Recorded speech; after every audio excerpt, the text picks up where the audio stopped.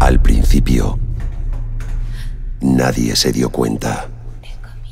Poco a poco, los síntomas se iban haciendo evidentes. Las autoridades han advertido de la propagación del virus. Se aconseja a la población que no abandone sus domicilios. No hablan, no reaccionan, no responden a los estímulos externos. Su vida solo transcurre a través del móvil. Estás infectado.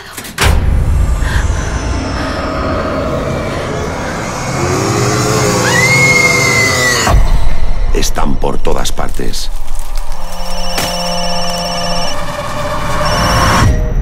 The Zombies, ya en internet. Tranquilo, aún podemos ayudarte. Tendrás que confiar en nosotros. The Zombies, nadie está a salvo.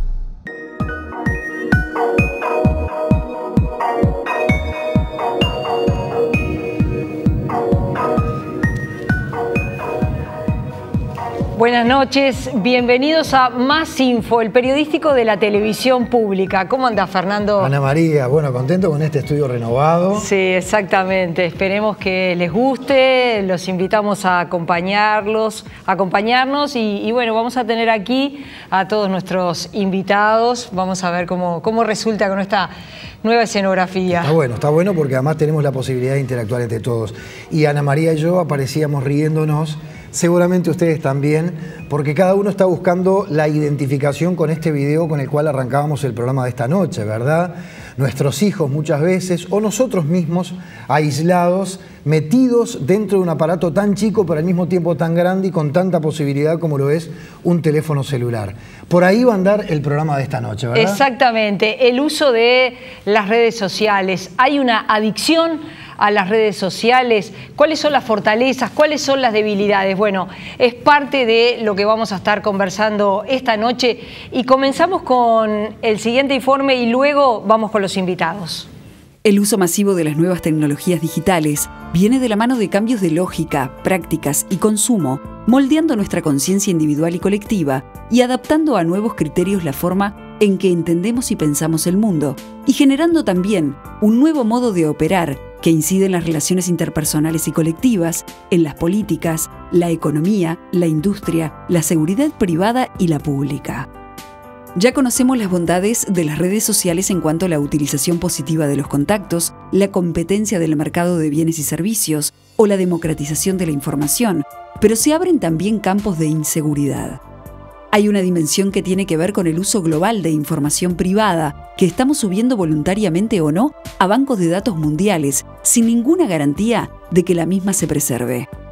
Edward Snowden, ex analista de la CIA, ahora refugiado en Rusia, advierte sobre que las empresas Google, Facebook y Dropbox están dispuestas a trasegar datos privados tanto a gobiernos como a particulares. Snowden criticó la ausencia de cifrado de los datos de los usuarios en todo momento, haciendo más sencillo que terceros puedan acceder a ellos. Las redes sociales como Facebook y servicios como el de Google fueron calificados como peligrosos, por lo que propuso buscar alternativas, principalmente a los programadores y criptógrafos que trabajan día a día en construir soluciones.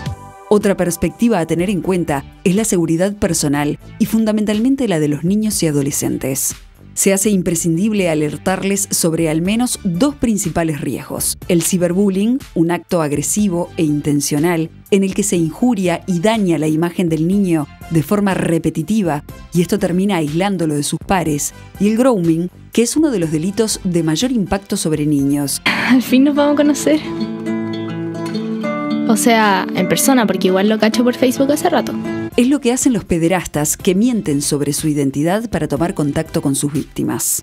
Por otro lado, docentes, psicólogos, psiquiatras y neurólogos advierten sobre el uso adictivo de las redes sociales y sus consecuencias negativas en el comportamiento. Las nuevas tecnologías han mejorado nuestra calidad de vida, pero ¿su uso puede generar adicción?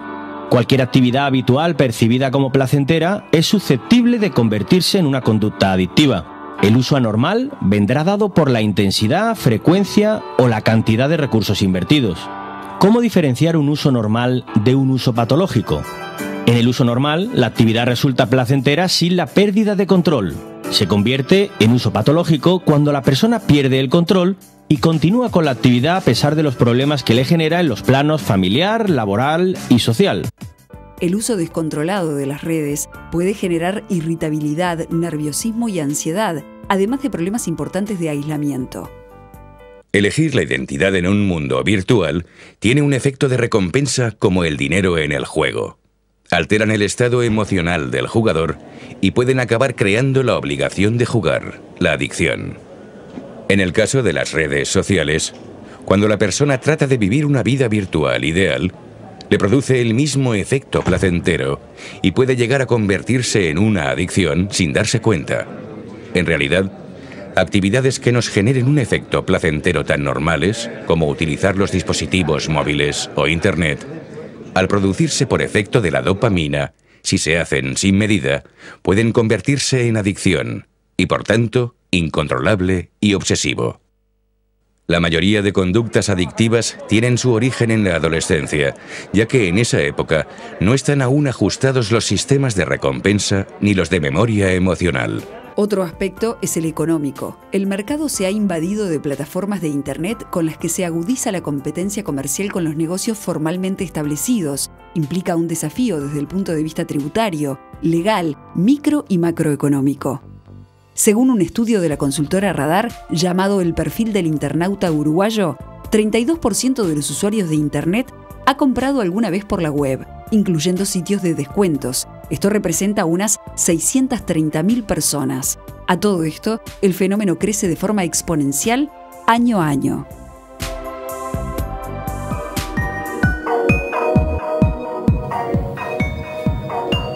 Y ya estamos con nuestros 4 invitados. Es un gusto recibir al médico psiquiatra Marcos Di Segni. Bienvenido, un gusto.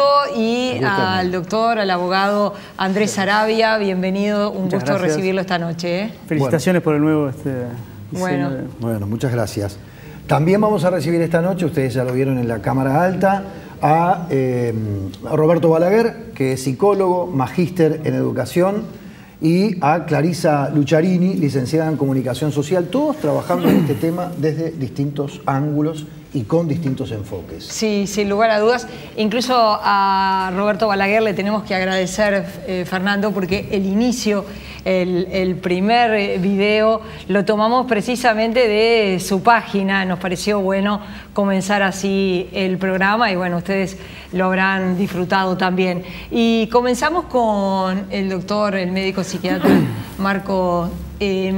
Marco, para empezar, ¿cuáles son las fortalezas y las debilidades? Porque, bueno, cuando nos planteamos el programa dijimos, bueno, ¿cuál es el impacto, el uso, el abuso, las cosas geniales que nos aportan Internet y las redes sociales? Bueno, estamos en un mundo absolutamente maravilloso y de insospechado alcance. Nadie hubiera pensado esto hace años o cuando nosotros éramos niños. Ahora, todo el alcance puede estar contrarrestado con problemas. El alcance poniendo al hombre por fin siempre es constructivo. El problema es cuando aparecen en las redes, en la telefonía celular, aparecen problemas vinculados o a la adicción o al delito, etcétera, etcétera. Acá tenemos un abogado que nos va a ilustrar. Entonces, lo que tiene que ver con los beneficios es todo entonces aquello que me permite obtener información, que me permite llegar mejor, que me permite cultivar, digamos, la ilusión de la ubicuidad, como que estoy en todos lados y no estoy en ninguno. Y por otro lado, la perversión en el sentido más etimológico, es decir, de transformar el orden que uno esperaría, que tiene que ver con, bueno, como dice el doctor Sinay, ¿estamos conectados o comunicados? ¿Y qué diferencia hay entre una cosa y otra? Porque a veces se hace imperceptible. Pero en la comunicación hay un diálogo que te tiene que cambiar. Si tú no salís cambiado de ese diálogo, entonces es como si no hubiera ocurrido. Entonces, ¿sabes? Estamos conectados. Yo puedo decir que tengo 4.700 amigos. Bueno, muy bien, pero ¿qué sé de ellos? ¿Qué sé de sus vidas? Somos todos Roberto Carlos, ¿no? Sí, claro. Bueno, Roberto Carlos lo dijo con una buena intención, claro. Pero después, ¿cuáles son los límites de la privacidad? Y hay una tendencia como compulsiva a mostrarse, a borrar esos límites de la privacidad con la sociedad. Entonces, cosas que pueden ser privadas o que no deben someterse a dominio público, pasan a estarlo. Desde lo que hago yo en el ómnibus hasta cuando me levanto, o un video que filmo, ¿no? Y Andrés, desde el punto de vista legal, ¿cuáles son los límites que existen? Bueno, los límites vienen más que nada por dos lados. Un lado es la parte de la privacidad, que es la más afectada en este caso, privacidad de intimidad, que ya se ha perdido desde el momento que uno, por ejemplo, publica o sube una imagen. Desde ese momento la imagen pasa a ser pública y eso trae como consecuencia cierto tipo de ataques o, bueno, o de burlas o a veces incluso de temas de intimidad. También la parte de los delitos. Hoy por hoy tenemos delitos y actos bastante nocivos. Entre ellos, por ejemplo, lo que tiene que ver con el grooming, que hace poco veíamos un video sobre el ataque a los niños en ese caso. También el cyberbullying, por ejemplo, el acoso escolar digital. Esos son los puntos más fuertes que tienen que ver con el tema legal en sí, ¿no? Cuando se pierde todo ello. Quiero conectar dos cosas. Sí. Algo que decías vos, Andrés, y que decía el doctor. Porque hace muy pocos días se informaba sobre una situación que no era real y que no está siendo solamente acá en el Uruguay. Exacto, sí. Una supuesta organización de tráfico, de secuestro de personas. La camioneta blanca. La famosa camioneta blanca. Al punto tal de que cierta gente entró en un estado de paranoia cortando el tránsito en los accesos a Montevideo, reclamando seguridad. Entonces acá hay dos cosas conectadas. Por un lado, todo lo que se publica parece que es como la verdad. Y era algo a lo que usted hacía referencia. Exacto. Y por otro lado, ya nos estamos acercando al mundo del delito. Exactamente. De hecho, bueno, el primero que salió a desmentir eso fue el Ministerio del Interior, a decir de que no existía ninguna denuncia, pero el tema es que ya todo esto produce una alarma pública enseguida, ya esto se ha desmedido.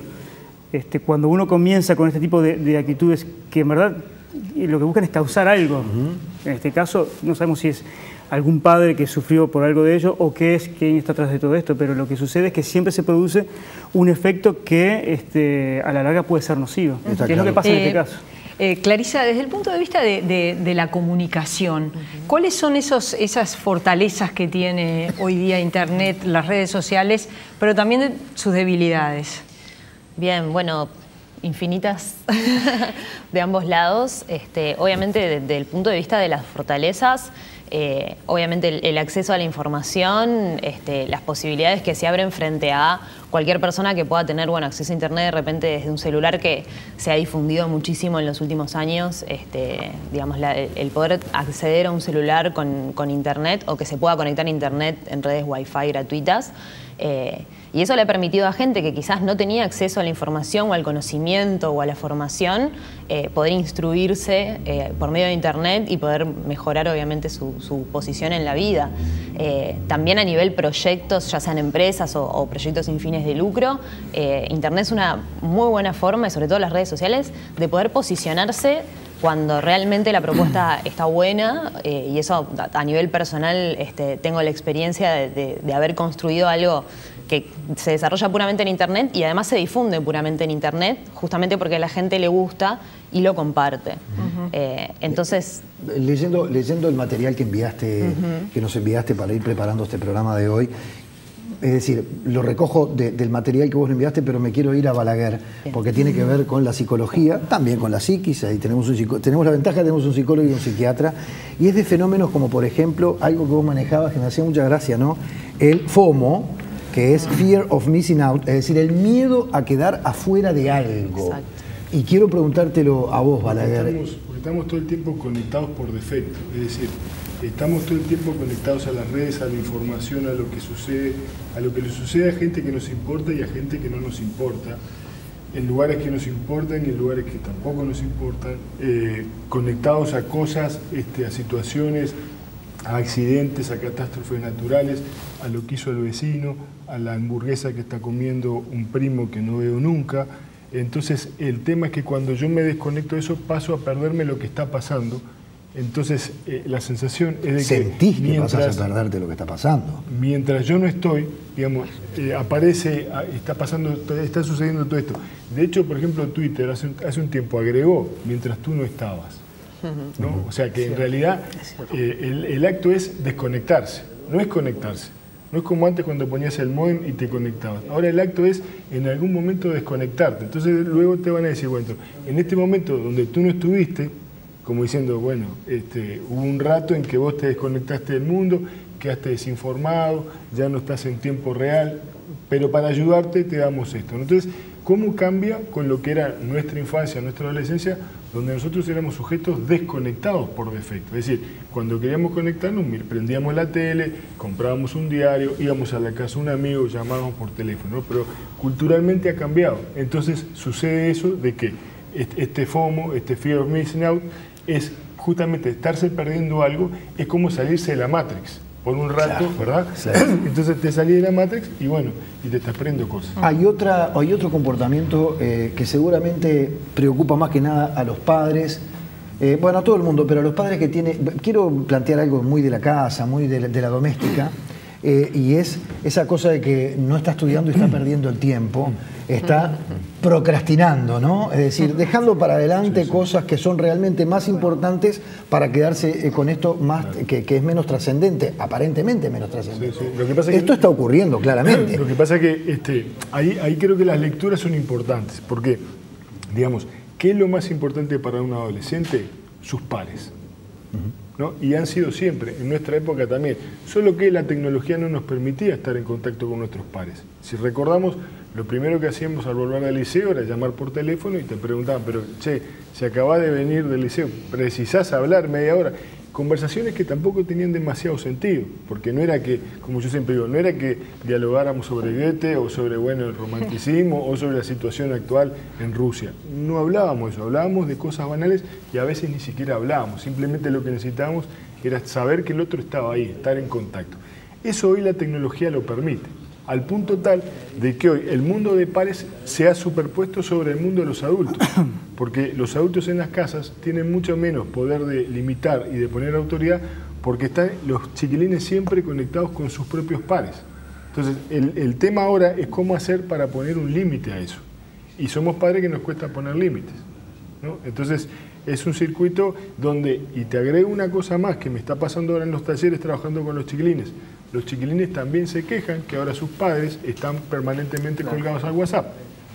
Entonces, ya no es una cosa de chiquilines, sino que es una cosa donde todos estamos conectados a nuestras redes, acercándonos a los que están lejanos y dejando de lado a los que tenemos cercanos. Bueno, precisamente se han visto precisamente a través de las redes sociales. Exacto. Por ejemplo, la red YouTube, que en definitiva es un canal, una red, se han visto imágenes de padres a los cuales se les caen de sus brazos sus hijos chicos porque están distraídos con el teléfono celular conectado a las redes sociales. Suena el celular y está primero que... Pero de hecho lo que acaba de decir justamente es lo que sucede con WhatsApp más que nada. O sea, si somos el ejemplo para nuestros hijos, ¿cómo podemos esperar que nuestros hijos luego no hagan lo que nosotros hacemos? ¿No? ¿Hay mínimos éticos para tomar en cuenta, Marco? Bueno, sí, eso tenemos que hacer una pequeña introducción, que es la siguiente. Hay hipótesis que dicen que nosotros pensamos en la medida de nuestro lenguaje.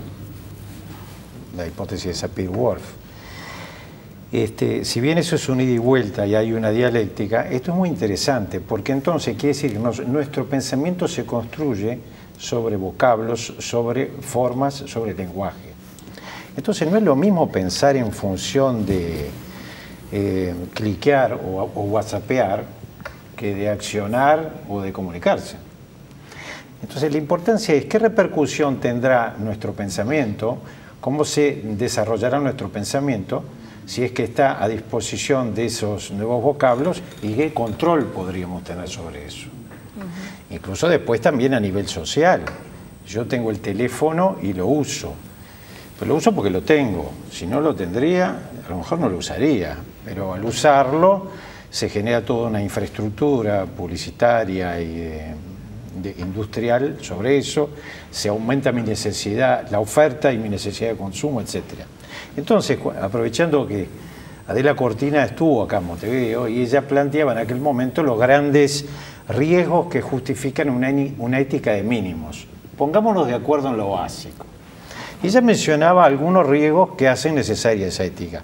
Ella ponía el ecológico, el de las biotecnologías avanzadas, pensemos en todo lo que tiene que ver con los agrotóxicos, etc. Las armas de destrucción masiva, el económico, por la aparatosidad, digamos, del contraste, de la inequidad. Y yo agregaría el cibernético. Cibernético viene de kibernetes, que significa piloto, que es el cerebro como piloto de las máquinas, ¿no? Entonces, ¿qué tipo de control se necesita para que después una sociedad se desarrolle y para que los educandos crezcan en un ambiente donde lo cibernético sea un modo de libertad, no de adicción, que es un riesgo que ya estamos corriendo y los nuevos sistemas psiquiátricos se están indicando? ¿Por qué? Y porque cuando yo no tengo eso, siento como un síndrome de abstinencia. Yo necesito, ¿dónde está la computadora? ¿Dónde está el celular? ¿Y pasa eso? Y claro que sí. Porque, por ejemplo, y sin ánimo de hacer una crítica, Roberto, ahí tenemos a Balaguer con su celular al lado de él. Y también a Clarisa. Y seguramente cuando nos vamos, y sin seguramente nos vamos a dormir, Ana María con la tablet. Bueno, pero ahí de repente vos te podés justificar, ¿no? Porque tenés material para el programa de hoy, etcétera, etcétera. Pero nos vamos a dormir con el celular. A ver, que levante la mano aquí cuando se va a dormir y no lleva su celular y lo tiene al lado de la almohada. Nadie. ¿Sí? Bueno. Yo lo pago. ¿Está bien? Lo pongo en modo avión. Antes lo apagaba, ahora... Es un bicho raro. Sos un bicho raro. Soy un bicho raro. Sí, está bien. Yo lo llevo porque tengo el despertador acá. Claro. Siempre hay una excusa. Por eso el modo avión. Siempre, modo avión no se reciben llamadas. Es que te hace la vida más fácil. No es un teléfono, es un digamos, hay infinidad de cosas aquí. Sí, claro. ¿No? Entonces, el teléfono hoy es la función quizás menor. Vos haces una cantidad de cosas, ¿no? Donde, digamos, nosotros lo seguimos viendo como teléfono probablemente por un tema etario, ¿no? Pero para los chiquilines, esto no es un teléfono, es una cantidad de cosas. Muchísimo, infinita, ¿no? Aplicaciones, ¿no? Una cantidad de cosas. Entonces, eso es lo primero. Y lo otro es que, digamos, sobre el tema de la adicción o la dependencia, es verdad que uno ve, ¿verdad? Si uno hace un corte clínico, dice, bueno, uno ve en una reunión de jóvenes, están todos en fila, ¿no? Mirando su propio dispositivo y a veces conversan sobre lo que ven. Entonces, cada tanto uno levanta la vista de su dispositivo para ver el dispositivo del otro. Más o menos esa es la dinámica general, ¿no? El asunto es que en estos dispositivos hay, como yo decía, una cantidad de cosas que nos han hecho tener una dependencia cultural. Entonces, cuando todos pasamos a ser dependientes, ya hay que repensar el tema de la dependencia. Porque, digamos, si no fuéramos por el ridículo, por el contraste, podemos hacer. La pregunta que yo siempre hago, ¿no? ¿Somos dependientes de la electricidad? Sí. ¿No? ¿Hay una adicción a la electricidad? No. Perfecto. Gracias. Está bien, está bueno. Muy bueno. Está bueno. Sí, hacemos una pausa, volvemos enseguida.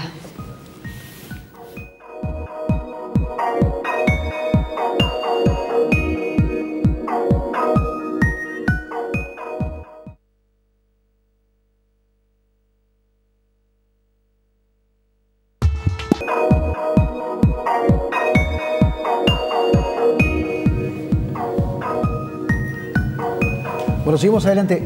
Hay algo que es importante que digamos, ¿no? Porque sin duda que todo el tiempo estamos queriendo saber si estamos cerca o lejos del mundo del delito a través de las nuevas tecnologías, ¿verdad?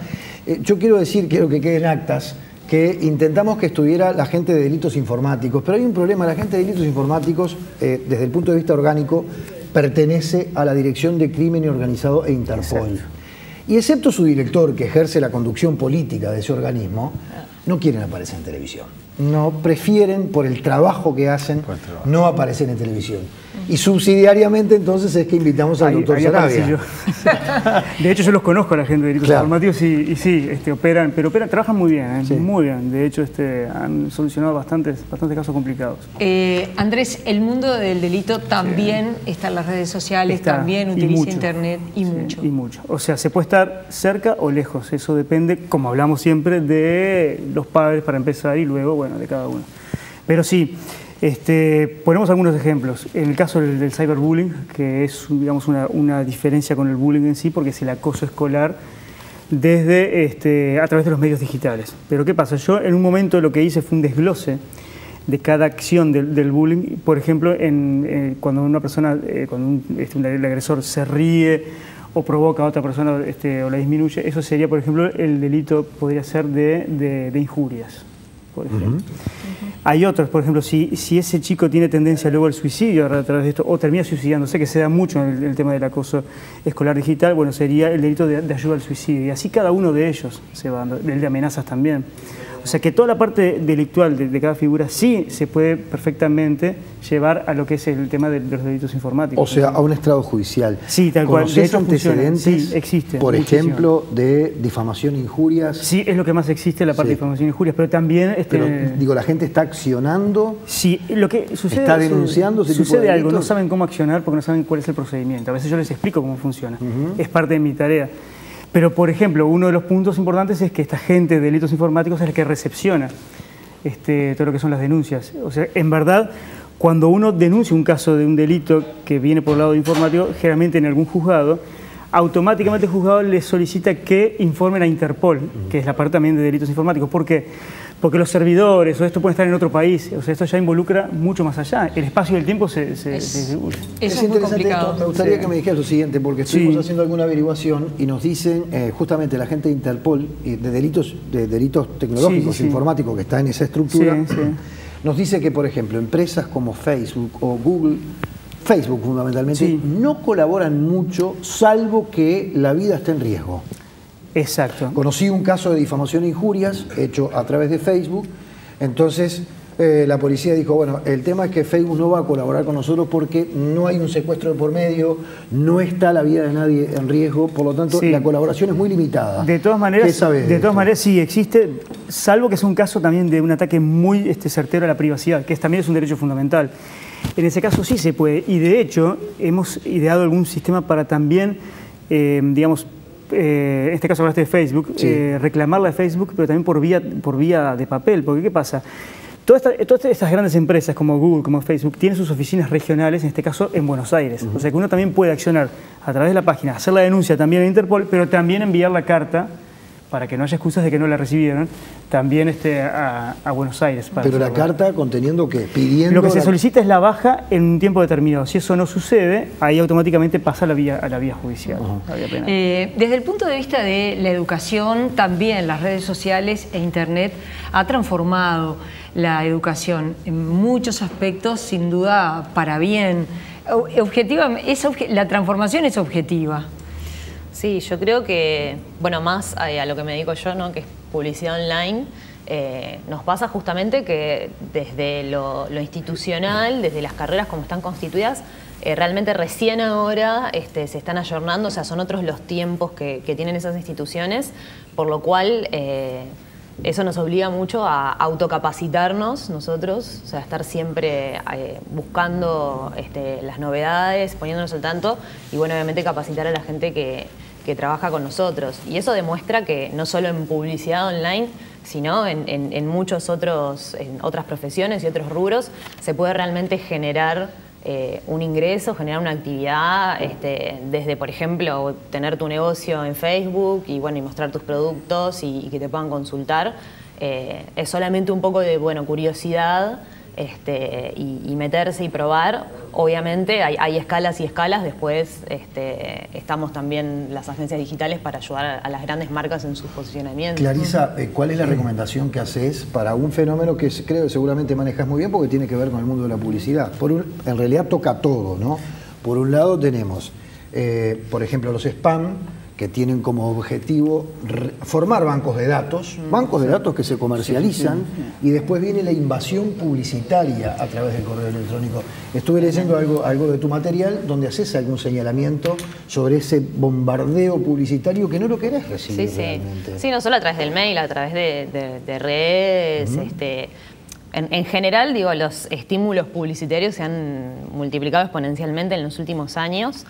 De los últimos datos que tengo es que estamos expuestos a más de 3.000 estímulos publicitarios por día, de los cuales obviamente uno empieza a filtrar y ya no le presta tanta atención.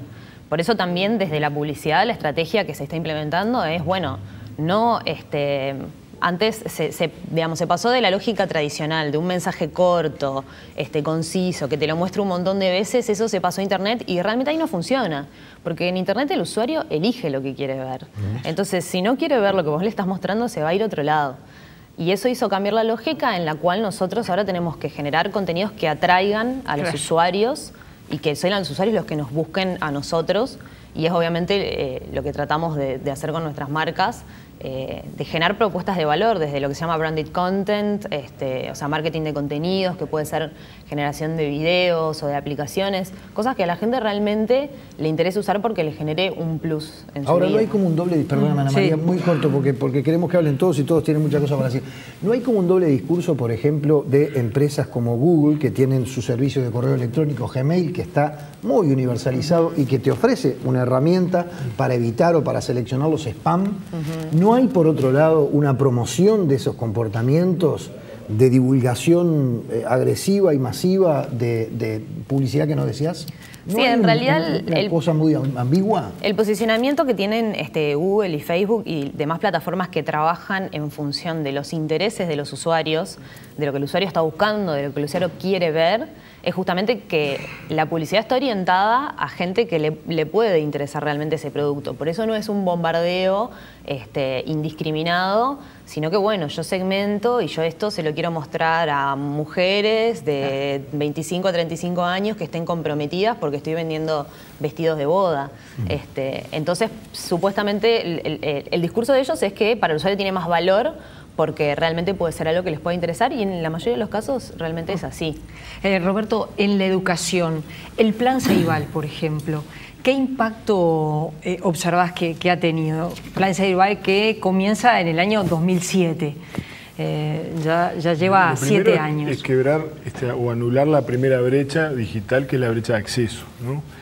O sea, acceso a la tecnología que te permite acceder a informaciones y a un caudal de información que está por ahí. Eso solo no alcanza, porque digamos, hay una brecha de segundo orden que tiene que ver más con el capital cultural, que si tú no dispones de eso, es mucho más difícil, digamos, que vayas a lugares que tengan valor. O sea, por más que estén, si tú no tenés la capacidad, digamos, como para llegar, que ese es el gran desafío que hay por delante, ¿no?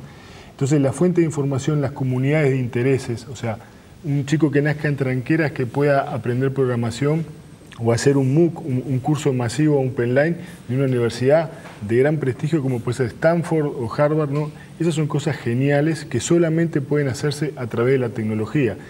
Generar comunidades de intereses, grupos de afinidad de gente de repente que muchas veces se sentía como muy raro porque tenía determinados gustos y en su población de repente eran 10.000 personas, o mismo en Montevideo, que es una ciudad pequeña, ¿no? Digamos a escala global es una ciudad pequeña, y la gente de esta manera tiene posibilidades de juntarse y compartir y armar proyectos con gente de repente que está en Taiwán, en Europa, en Australia. Entonces, eso es un valor incalculable, solo posible a través de la tecnología y que nos permite, digamos, generar conocimiento de una manera y a unas velocidades que, bueno, que en otro tiempo no podemos hacer. Como contracara, a veces para encontrar buena información tenés que, digamos, consumir información de bajo valor. Y eso, la suma de las dos cosas hace que igual tengas que consumir mucha información. Se calcula aproximadamente hoy que un consumidor medio americano está consumiendo la módica suma de 75 gigabytes diarios, lo cual equivale a unos 9 DVDs diarios de información. Imagínate que dentro de esos 9 DVD debe haber mucha cosa buena y mucha de la otra, pero sin embargo estamos permanentemente expuestos a ese caudal de información que de alguna forma nos satura y hasta puede llegar a generarnos cierta apatía. Hoy si a vos te muestran un video que dure más de 10 minutos, lo pensás 2 veces antes de verlo, ¿no? 10 minutos. La adicción. ¿Hay adicción o puede haber adicción o genera adicción el uso de las redes sociales y de todos estos instrumentos de los que estamos hablando, incluidas las aplicaciones de teléfono celular? Los sistemas internacionales ahora en psiquiatría, en nosografía, se inclinan a apuntar hacia la adicción, aunque no la mencionan todavía, pero la van describiendo. Y la hay, sí, porque en la medida en que uno experimenta la ansiedad de deprivación de no tener el implemento, entonces, y no puede prescindir de él, ocurre algo parecido como ocurría con el alcohol. Entonces se puede... Hay un síndrome de abstinencia. Y hay un síndrome de abstinencia que no tiene la misma estructura de pronto neuroquímica posiblemente, pero que se siente la falta y se trata de recuperarla a toda costa. Pero hay un estado de alteración psíquico y físico en las personas que pueden llegar a tener una adicción. Y probablemente sí, todo se reduce, finalmente todo es microestructural, en lo que tiene que ver con la parte física, porque todo se reduce nada menos que a moléculas y a mediadores neuroquímicos. Los que abogamos por una espiritualidad también postularemos otra parte, digamos, de la libertad humana. Pero evidentemente todo tiene un correlato neuroquímico y bioquímico, ¿sí? Incluso estados de conciencia especiales, cuando miramos televisión, cuando estamos súper absortos digamos, en la pantalla. No ¿Esto ha desunido a la familia? Sí, sí, sí. La ha desunido en el relato oral, ¿no? En esa cosa, digamos, no mediatizada.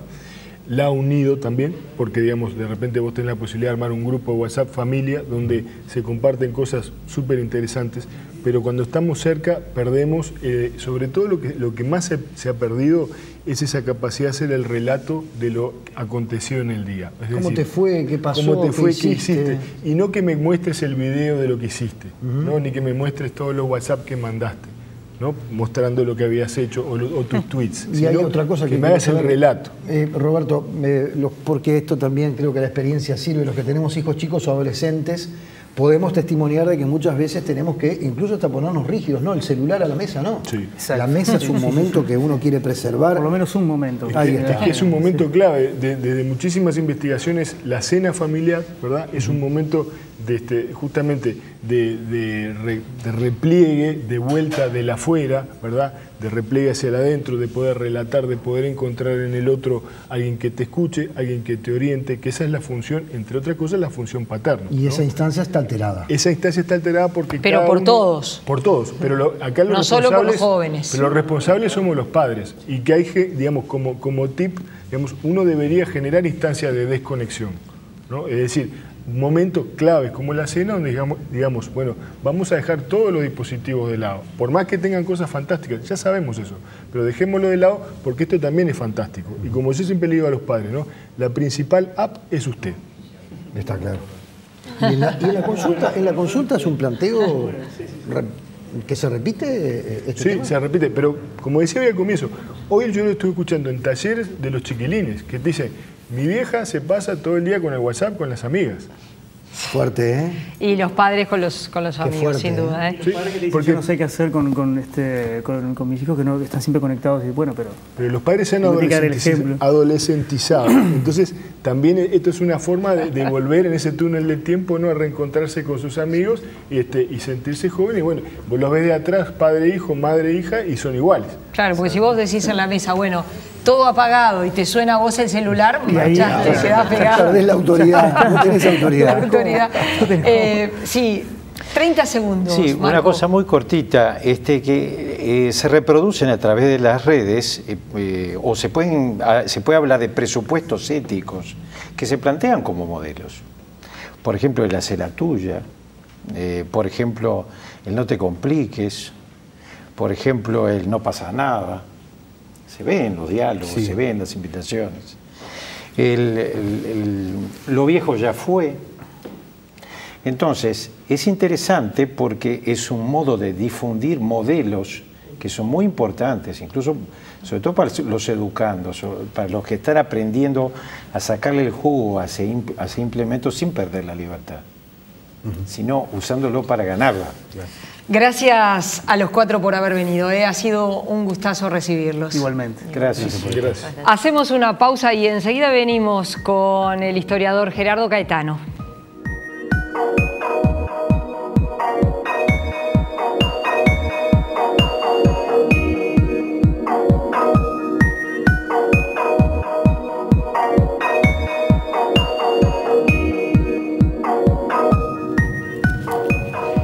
damos las buenas noches a Gerardo Caetano para hablar precisamente de este tema, del impacto del uso, del abuso de las redes sociales. ¿Cómo te llevas con las redes sociales, Gerardo? ¿Cómo andás? No me llevo muy bien. Creo que hay un tema generacional. La brecha en términos de inclusión de las jóvenes generaciones con otras generaciones que no somos tan jóvenes es enorme. Pero esa dimensión que marca la tecnosociabilidad tiene distancias muy fuertes con, bueno, enfoques que uno de alguna manera tiene marcadas desde su infancia o desde su adolescencia. Por ejemplo, la distancia, la brecha entre el lenguaje y el pensamiento, o la capacidad de concentración, el Homo sapiens, esta idea tan desafiante de la cultura del instante, de la cultura de lo instantáneo, esta idea de que nosotros, como programa, más que competir con otros programas, estamos compitiendo con el sapiens. Claro. Estamos compitiendo con eso que se decía, con la incapacidad de fijar la concentración demasiado tiempo, y demasiado tiempo hoy puede ser 10 minutos. Eso obviamente altera muchas cosas y hay capacidades diferentes de adaptación. Yo, por ejemplo, creo que si uno no sabe usar estos nuevos instrumentos de las tecnologías de la información y la comunicación, en primer lugar va a ser bombardeado. Para que se incorpore, decís vos. Claro. Y al mismo no podés tiempo, quedar afuera, no te dejan. Eso de no quedar afuera. ¿No quedar afuera de qué?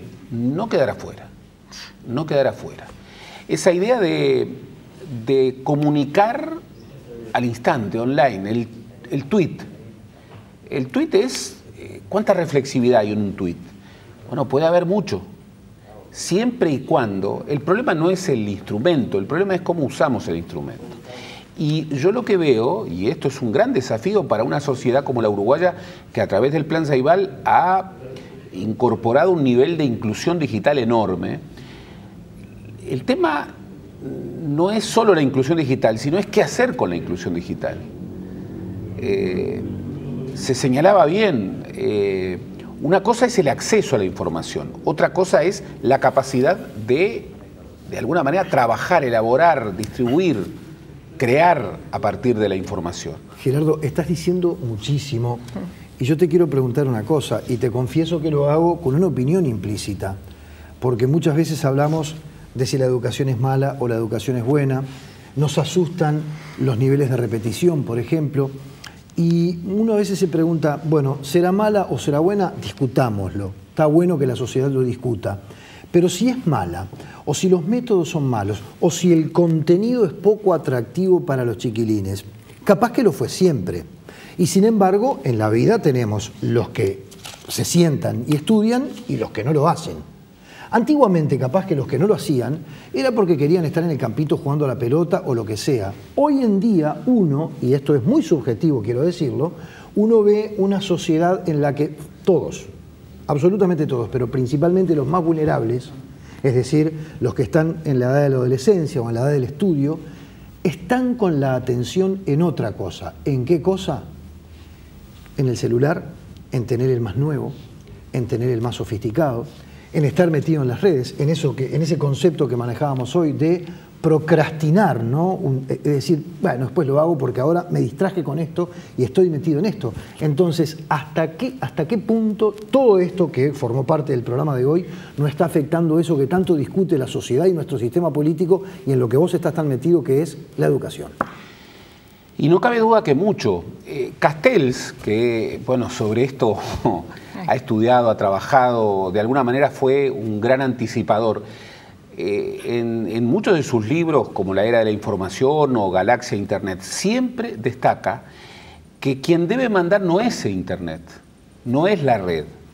Y que cuando manda la red, cuando manda la técnica, cuando manda el instrumento, bueno, la persona, el ser humano, empieza a perder.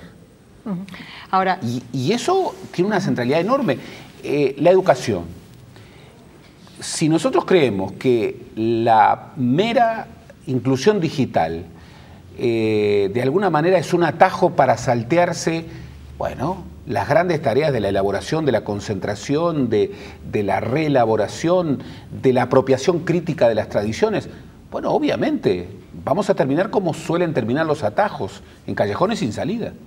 Ahora, Fernando, ¿vos no coincidís que siempre hubo distracciones? Sí, claro, ahora por eso es puse el ejemplo de celular. la pelota. Por eso puse el Por ejemplo eso, hoy de la es el pelota y del celular, pero campito. ayer era otra cosa. Lo que ocurre es que vivimos en una sociedad en donde nuestra cultura ha cambiado y muchas veces no percibimos cuánto. Vivimos una cultura de lo instantáneo.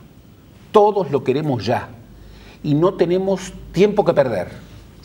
Incluso esta noción de el tiempo que perder, la valoración social del ocio, ha cambiado radicalmente. Hoy quien tiene mucho ocio es el que no está incluido, mientras que el que está incluido se ufana de no tener tiempo que perder.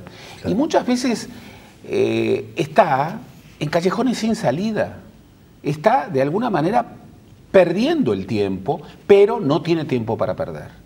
Esa idea de la cultura del instante, en donde no hay presente ni futuro, donde no hay pasado ni futuro, donde hay solamente eterno presente, donde de alguna manera el acontecer es una continuación interminable de presentes, bueno, es una cultura en donde la capacidad cognitiva, la capacidad de concentración se debilita. Ese bombardeo de estímulos, de incentivos, obviamente que está desafiando incluso a nuestro cuerpo. Claro. Hay cambios biológicos sin duda. ¿Cuánta capacidad de memoria tenemos?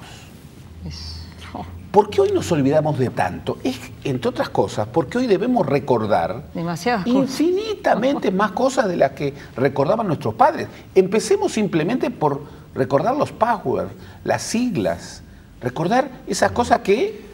Es tremendo. Es tremendo. Yo estaba preocupado y se lo consulté a mi médico. Veo que no soy yo solo, entonces, ¿no? Totalmente. Gerardo, brevemente, porque nos están haciendo señas que nos estamos yendo, pero da la sensación que vivimos en un mundo de lo resumido. Vos decías de lo rápido. Además de lo rápido, de lo resumido. No te extiendas mucho, no profundices mucho, no vayas mucho hasta el fondo de la cosa. Y a mí me da la sensación, y otra vez la subjetividad, y lo aclaro, esto es opinión, de que eso es un disvalor en realidad. Y yo la pregunta... Yo coincido con eso, claro, de que es un disvalor. Claro. Totalmente. Por cierto. Y el que mundo es de lo aprovechado. resumido es un disvalor. Claro, es aprovechado. Lo de los 140 caracteres es aprovechado hasta por el sistema político. Tenemos hoy en día, en nuestro país y en el mundo, dirigentes políticos que de mañana leen los diarios, agarran el Twitter, tuitean su opinión y se sientan al lado del teléfono a esperar que la radio los llamen. Sí, sí. Eso es un fenómeno que se está dando. Por supuesto. Bueno, ¿y cuánta reflexividad allí? Por eso, ahí sí te quiero ¿Cuánto llevar. baja la densidad, por ejemplo, de la política, de la reflexión? Hoy, por ejemplo, los diarios se leen de manera distinta. Incluso, esto está estudiado, se construye de manera diferente. ¿Cuánta capacidad de relato, de construcción de idea, en esa cultura de lo instantáneo en donde tenemos que resumir? ¿Por qué? Porque la capacidad de concentración de nuestro interlocutor se debilita. ¿Qué pasa en una cultura en donde no hay espacio para relatos que duren más de 140 caracteres o de 5 segundos o de 20 segundos? Bueno, todo esto es muy desafiante. Ahora, tenemos que evitar la visión apocalíptica, porque las redes son un camino extraordinario si se sabe usar. No, en primer lugar, irreversible. Nosotros vamos a vivir, los grandes teóricos del trabajo hablan que un joven que hoy se incorpora al mercado laboral va a vivir en su vida laboral 3 revoluciones similares a lo que para nosotros fue el Internet. Claro. O sea, nosotros no sabemos para qué vamos a estar formando a nuestros hijos. Por eso hoy la idea es formar para aprender, incluso educar para que la vida sea educación. Pero desde esa perspectiva no tenemos que tener posiciones dogmáticas. Internet puede ser bien utilizado siempre que prime la persona, puede ser un camino extraordinario para la libertad, para la igualdad, para la solidaridad. Puede rejuvenecer la política y dar niveles de participación extraordinarias, siempre que mande el ser humano, siempre que mande la política. Si no, bueno, es justamente la vía directa para la cultura del simulacro. La cultura del simulacro es típica de nuestro tiempo. Es creer que estamos informados cuando en realidad la sobreinformación nos desinforma. Nos desinforma. Gracias, Gerardo. La seguimos. Nosotros nos despedimos por esta noche. Los esperamos el próximo jueves a las 21 horas. Esperamos que les haya gustado este nuevo formato y esta nueva escenografía. Que pasen bien.